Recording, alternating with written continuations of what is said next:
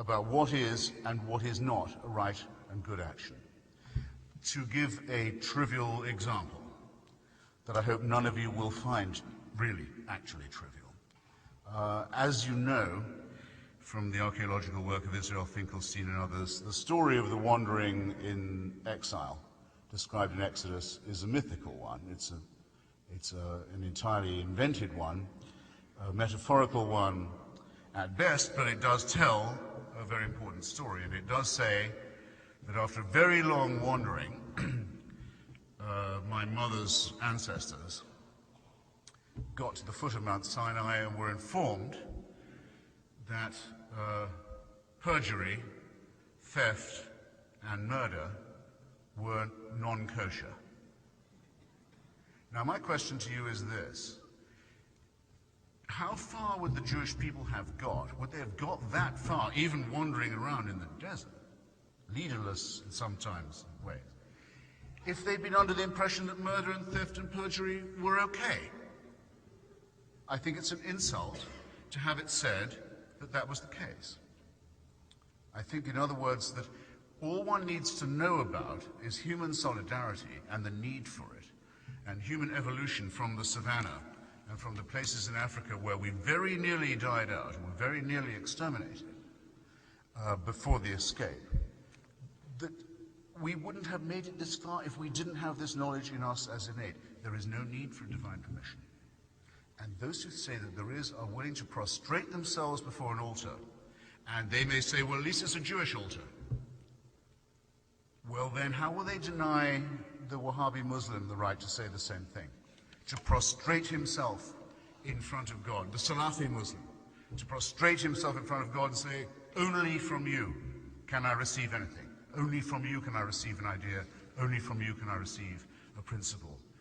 Will we say, well, that's fine. Louis Farrakhan's racist crackpot cult organization can get black people off drugs in prison, they say, so they get the same privilege. It all comes from on high. That's the first point. The second point is, in a sense, imbricated in and necessitated by what I've just said. In the veil of tears in which we live, of insecurity, anxiety, doubt, combat and struggle, all these things, by the way, I think are good for us and help us to grow up. We shouldn't wish for a world where there was eternal peace and tranquility and banality. We should welcome the chance to take part in struggle and to be afflicted by anxiety. But in this world, there are problems that the human race has always faced and always will, and that philosophers have wrestled with and always will have to, and that aestheticians and artists have tortured themselves about.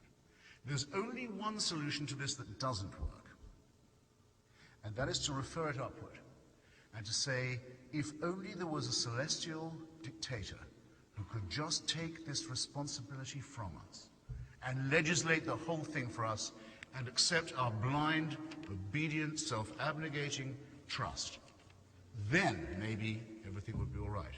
I hope it shouldn't be necessary to say, in a place of this kind, in a refuge of this kind, that there is no totalitarian solution to our problems. That very fortunately, I think, we are on our own, and we have only our own responsibility and our own mentation and intellect and principle with which to face these things. It can't be said that a God whose authority is unchallengeable, who can convict you of thought crime while you sleep, who can tell you that you're condemned for something you thought you might do, who knows your thoughts, who has utter unchallengeable authority over you, whose rule makes that of Kim Il-sung make the idea of a celestial North Korea seem laughable, that such an authority can be the answer to our problems. No. It's perhaps, you might think, sad, but I think good, that we don't have that resource. We cannot prostrate ourselves before a dictator, an absolutist, and we can't hope to refer these things upward. Well, those are my two main points, and I don't know how far I've got, but I must be trespassing on the rabbi's time. But I think I ought to add that if this belief was moral, because there are those who say, well, it may not be true, there may not actually be a God, the holy books may not tell a true story, they may be metaphorical, all the evidence is that all holy books are man-made, as all religion is, and not God-made. Nonetheless, still, we have our morality from them, and at least religion coerces people into behaving better. They don't, as an English duchess once said, they don't fornicate in the street and frighten the horses. That's all she asked of the lower orders.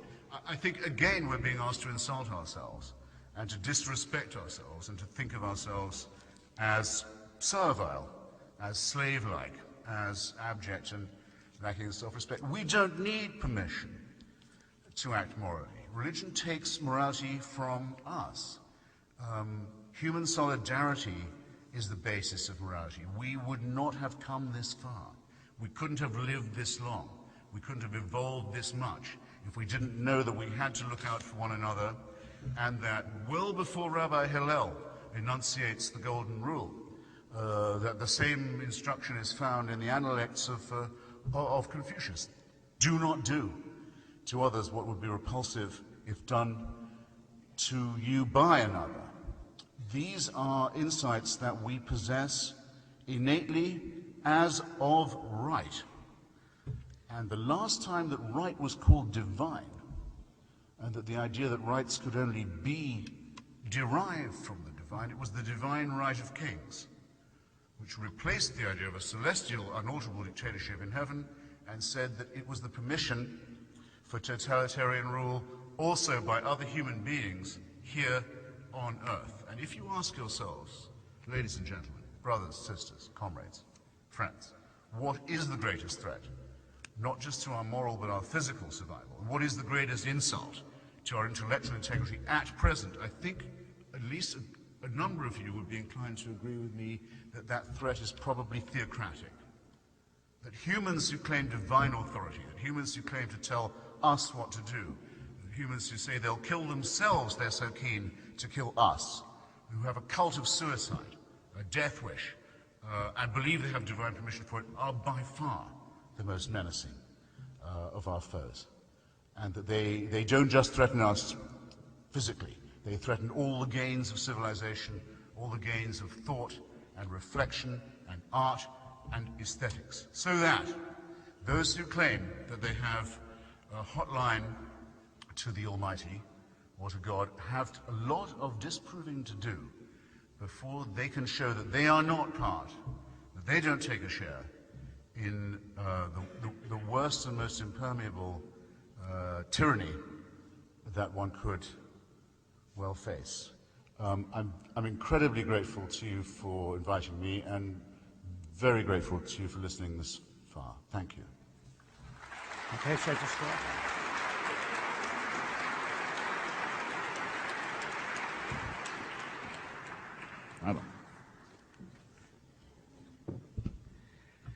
No, that won't do at all.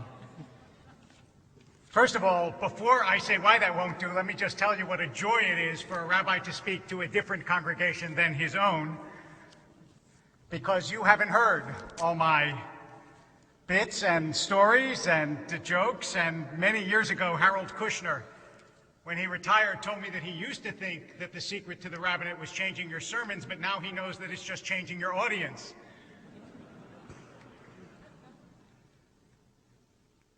I want to address both points because both of them, I believe, are made right in the face of everything that we learn in our tradition.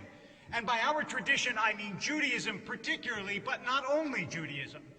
That is, in the tradition of the monotheistic faiths. And let me start with this idea that we didn't know murder, theft, perjury were bad until we found ourselves at the foot of Mount Sinai. In fact, I think that if you read in the beginning of the Bible, which I strongly advise, you will find that Cain is condemned for killing Abel. Now, why is he condemned if the Bible assumes that you don't learn